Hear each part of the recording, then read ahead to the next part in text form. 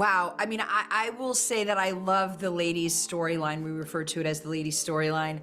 You know, I love what Mike White is doing in exploring that kind of, that womanhood, that dynamic in season 3. I think it's very relatable. I think, you know, it's something that he experienced in his own life. He was witness to, you know, how hard it is kind of being a woman, the idea that we kind of endure and we perpetuate these judgments on ourselves and with each other, these constant comparisons. And the fact that he wants to explore these unrealistic kind of expectations that we have on ourselves in this particular season feels very relevant. I feel like it's really timely and it's really juicy and gooey and very layered and kind of confronting. So it was a real, I think it's gonna be really fun for audiences to kind of dive into.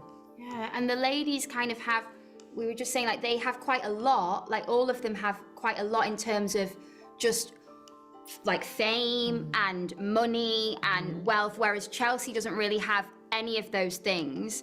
But, and Chloe is in a very precarious position. She's holding on for dear life to her, but kind of Chloe and Chelsea don't really have any of the competition with each other that the ladies have. Chloe and Chelsea just kind of love each other. It's kind of like instant, like, I love you, and they're not really like survivors. They're survivors, and they're not competing. It's such a great, and they just kind of, they don't have the stuff that the ladies have, but it kind of means that makes them less competitive and more like, we just need I feel like they need each other so much because they're both a bit lost, and yeah, they're survivors. So I love the fact that you see two kind of the amazing parts of female friendship as well, of like, as soon as Chelsea sees Chloe, she's in friendship love with her.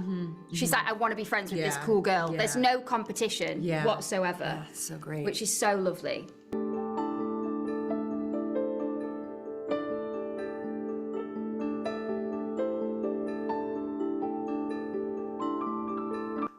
I mean, I think it's really, I think the theme of this season is, you know, life and death, light and dark. And, you know, it's what Mike White has taken, right, kind of from Western culture, kind of what the show is sort of all about, kind of like this shallow and kind of all this shiny facets of Western culture. And he juxtaposes it with like the deep spirituality of Thailand.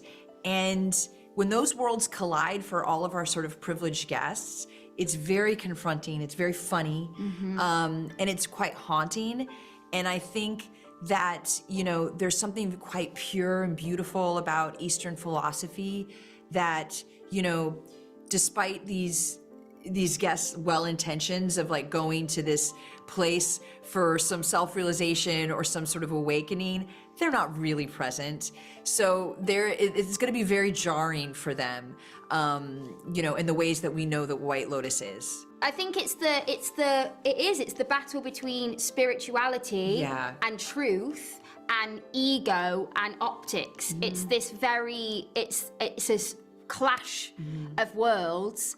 And I think that we were saying before, like, Piper's storyline is really good at showing that, because she turns up with the best intentions of thinking that she's going to be cured of her like spoilt, privileged West, and actually she's not really there.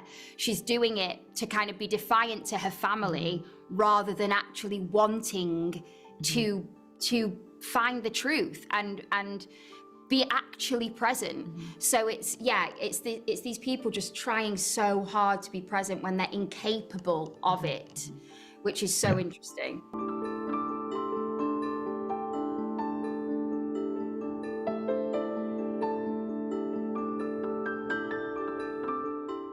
Hell yes. Yes. First and foremost, we love the show just as much as everyone else around the world. It's such an incredible series. Mike White is a genius. And it's so unique to have, it's so rare for a show to be so universally loved, beloved, and relatable. And so, you know, it was so exciting at the opportunity to just be a part of the show because, you know, just even getting a little bit of insight into what season 3 was going to be. But artistically, as actors, to be able to work on material as layered and complicated and fun and juicy as that is a dream of a lifetime. We were just saying, first experience of actually getting a part in something that I was already a fan of. I've never had that before. Yeah. I've not been a fan of something and then been in it. So it's kind of it's amazing. Yeah.